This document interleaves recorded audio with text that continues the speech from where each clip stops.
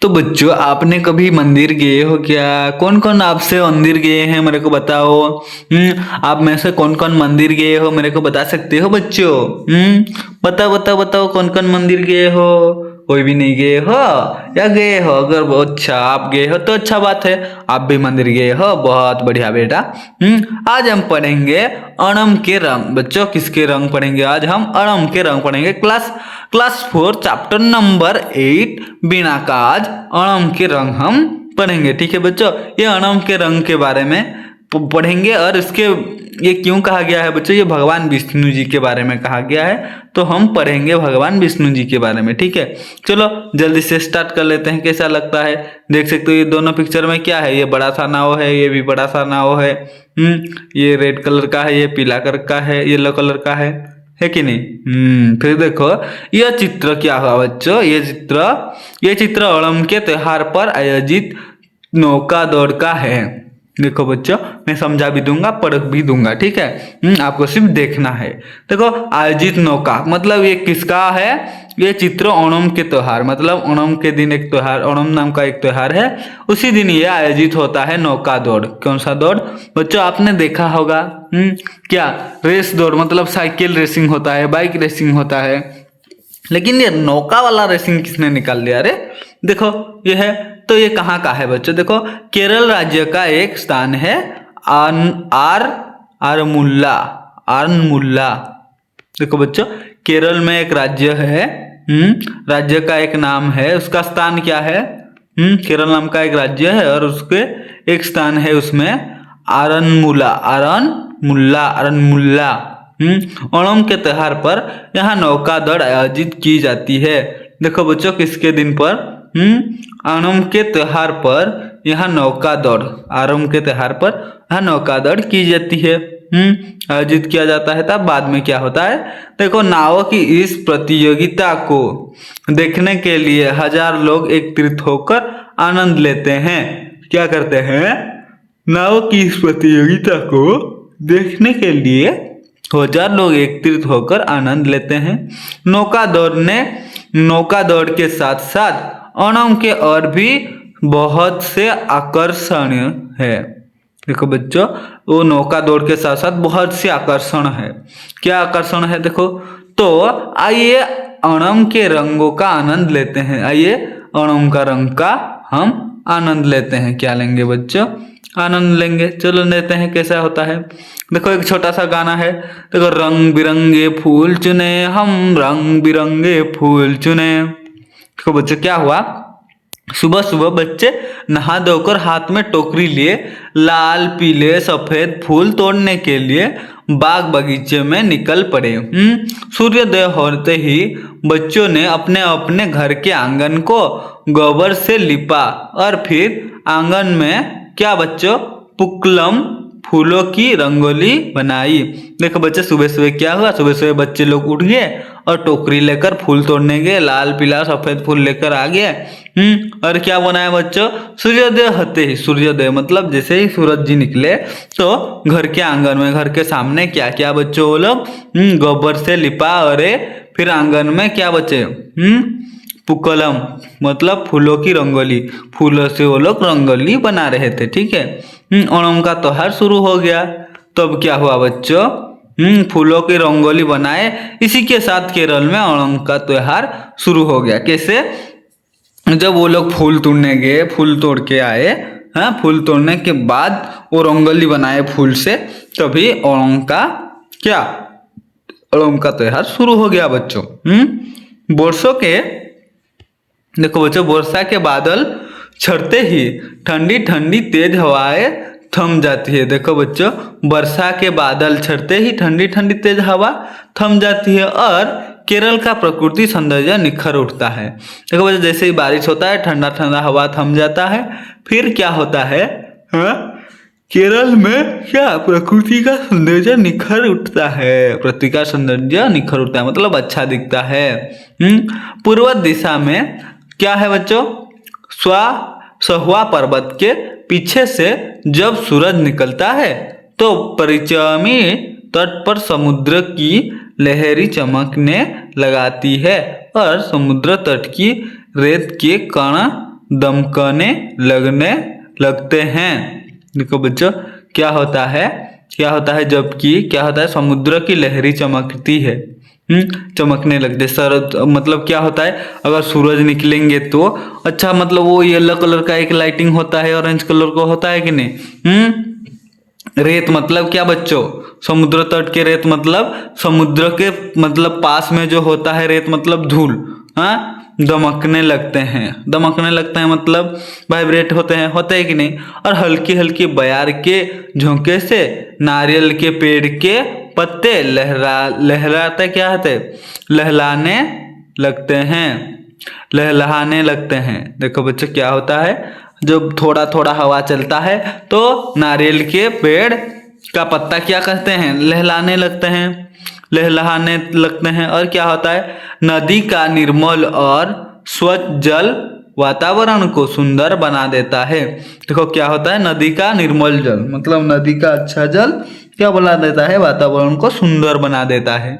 और क्या होता है तरह तरह के चहचहाते पक्षी आसमान में उड़ते हुए और क्या होता है ओठ खोलियां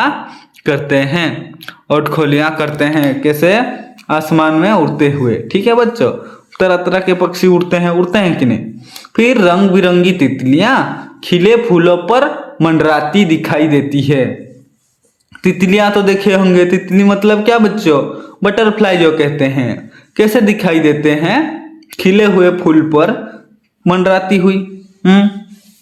फिर क्या हुआ बच्चों देखो ऐसा लगता है मानो प्रकृति केरला वासियों के महोत्सव ओणम के स्वागत की पूरी तैयारी कर चुकी है। देखो बच्चों तभी क्या होता है ऐसा लगता है कि कैसा लगता है, हाँ बताओ मेरे को कैसा लगता है। ऐसा लगता है कि मानो जैसे कि प्रकृति है वो केरला वासियों के मतलब केरले में रहने वाले वासियों जो लोग रहते हैं उसको केरला वासियों कहते हैं। ठीक है तो उधर के लोग के महोत्सव जो हो रहा था ओणम के उसके स्वागत के लिए पूरा प्रकृति भी उनका साथ दे रहा है। बोलते हैं ना प्रकृति तेरा साथ देगा, ऐसे तो उनका साथ दे रहा है जैसा ऐसा लगता है। फिर क्या होता है बच्चों देखो किसान उपज काट चुके हैं और क्या है खलिहानों में धान भरे हैं। देखो किसान लोग क्या कर चुके हैं, यह किसान देख सकते हो धान काट के अपने घर के अंदर रख चुके हैं। ठीक है तो बच्चों देखो क्या कहा जाता है कि ओणम का त्योहार एक क्या पौराणिक कथा पर आधारित है। देखो बच्चों अरे ओणम का त्योहार तो हम सुने थे जिसमें कि नौका और रंगोली किया जाता है, धान काटा जाता है, वो सब किया जाता है। फिर ये क्या कहा गया है पौराणिक कथा पर आधारित है। पौराणिक कथा पर कैसे आधारित है चलो थोड़ा सा हम डिस्कस कर लेते हैं। ठीक है तो बच्चों देखो प्राचीन काल में महाबली नाम के एक राजा थे जो केरल पर शासन करते थे। देखो बच्चों प्राचीन काल जो पहले चल रहा था उसी टाइम पे महाबली नाम का एक राजा थे। ठीक है जो कि केरला पर शासन कर रहे थे। ठीक है और उनका राज्य पृथ्वी स्वर्ग और पाताल लोक तक फैला हुआ था। तो उनका राज्य कहाँ कहाँ तक फैला हुआ था, पृथ्वी स्वर्ग और पाताल लोक तक भी फैला हुआ था। फिर महाबली के राज में लोग पूरी तरह प्रसन्न थे। तो बच्चों महाबली के राज्य में क्या लोग कैसे थे, पूरी तरह से प्रसन्न थे मतलब अच्छे थे, खुश थे, वो राजा है इसलिए। एक दिन महाविष्णु वामन का रूप धारण करके राजा महाबली के पास पहुंचे और क्या किए 3 पग भूमि की याचना की। देखो बच्चों एक दिन क्या हुआ भगवान विष्णु जी ने खुद क्या किए बच्चों एक दिन वामन का रूप धारण करके, ये देख सकते हो ये कौन है भगवान विष्णु है। ठीक है बच्चों ये वामन है, ब्राह्मण जिसको कहते हैं। ठीक है वामन का रूप धारण करके कहाँ पर आ गए भूमि पर आ गए, किसके लिए महाबली के परीक्षा लेने के लिए। हाँ ठीक है देखो बच्चों याचना की, देखो भूमि की याचना की, पहुंचते ही और 3 पग भूमि की अर्चना की। महाबली ने इस तुच्छ दान की तुरंत स्वीकृति दे दी। देखो बच्चों जैसे ही वो वामन रूप में आए थे तो उनको कुछ देना पड़ता है बच्चों। जैसे ही आपके घर में कोई वामन आता है तो आप क्या करते हो कुछ ना कुछ देते हो और जाने के लिए बोलते हो, जाते हैं कुछ देने के बाद। तो इधर क्या हुआ देखो वो जो बड़ा मतलब विष्णु जी बड़ा होके आ गए थे वामन रूप में, तो वो उनका पग कहाँ कहाँ चला गया देखो बच्चों, तुरंत ही तीनों ओर फैल गया और एक उनको लिए जगह बच रहा था, कहाँ रखेंगे, स्वीकृति दे दी महाबली जी ने, रखो सभी जगह सभी ले लो बोल के। फिर महाविष्णु ने तत्काल अपना वामन रूप त्याग दिया। फिर देखो बच्चों क्या क्या महाविष्णु जी ने तत्काल अपना वामन रूप त्याग दिया, अपना वामन रूप त्याग दिया और क्या किया बच्चों, त्रिविक्रम बनकर ब्रह्मांड तक फैल गए। देखो बच्चों जैसे ही वो मांगे थे, वो ब्राह्मण पहले आया था तो तीन दिशा मांग लिया था, तो तीन दिशा वो तो फटाक से ही दे दिए महाबली। क्योंकि राजा थे, महाबली थे, इसलिए जो मांग लिया वही दे दिया। ठीक है बच्चों, देखो फिर क्या हुआ, उन्होंने 2 पगों से स्वर्ग भूमि और पाताल को नाप लिया और उनके तीसरा पग रखने के लिए कोई जगह शेष नहीं बची। देखो बच्चों क्या हुआ, जैसे ही वो दे दिया तो भगवान विष्णु जी ने क्या किए देख सकते हो, ये महाबली जी, ये महाबली है और ये कौन है, ये विष्णु भगवान है। तो क्या किया, तो उतने ही दे दिए, पर विष्णु जी ने क्या किए, अपना वो रूप त्याग कर, वामन रूप त्याग कर अपने कौन सा क्या बनकर, त्रिविक्रम बन के बच्चों, त्रिविक्रम बनकर ब्रह्मांड तक फैल गए। ब्रह्मांड तक मतलब ऊपर उनका सिर गया और एक पैर नीचे गया पाताल में और एक हाथ उधर गया है आकाश में। हाँ, फिर क्या हुआ बच्चों देखो, 3 जगह पर तो रखेंगे, वो उनका 3 चीज हो गया है त्रिविक्रम मतलब। तो क्या हुआ देखो, फैल गए पाताल तक, तो उन्होंने पाताल तक स्वर तो फैल गए हैं ब्रह्मांड होकर।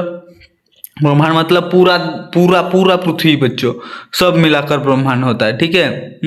फिर क्या किया बच्चों देखो, उन्होंने 2 पंख से स्वर्ग भूमि और स्वर्ग को निकल गया और भूमि और पाताल को भी नाप लिया।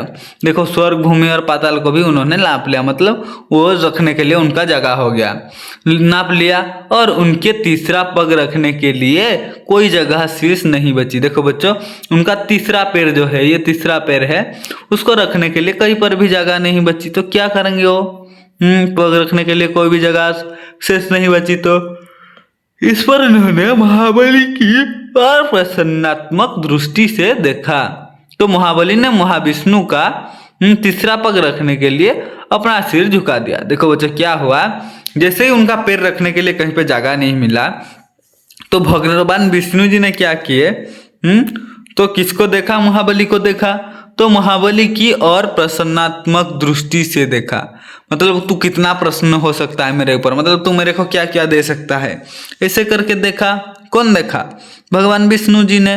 तो महाबली ने किसको, महाविष्णु का तीसरा पग रखने के लिए। देखो बच्चों जैसे ही ऐसे ही देख रहे थे कि तुम अब क्या करोगे, ऐसे शौक की नजरों में जैसे नजरों में देखते हैं, अब क्या करेगा देखते हैं, अब ये क्या कैसा करता है, ऐसे देखते हैं। भगवान भी ऐसे देखे किसको, महाबली को। फिर क्या सोचे कि मैं अब पैर कहाँ रखूंगा, मैं अगर नीचे रख दूंगा तो इसका तो अपमान हो जाएगा। भगवान को पता था नीचे रखूंगा तो अपमान होगा इसका, तो महाबली को भी ये बात पता था कि मैं अगर नहीं रखूंगा, कुछ नहीं दे पाऊंगा, तो मैं ऐसे कैसे महाबली राजा हो सकता हूँ। भगवान मांगेंगे तो कुछ नहीं दे दोगे बच्चों, जिसने आपको बनाया है अगर वो कुछ मांगेगा तो आप नहीं दोगे, ऑफकोर्स दोगे। तो बच्चों चलो स्टार्ट करते हैं। फिर क्या बोल दिया उन्होंने, तो क्या क्या बच्चों देखो, वो महाबली जी ने क्या क्या, उनका पैर मतलब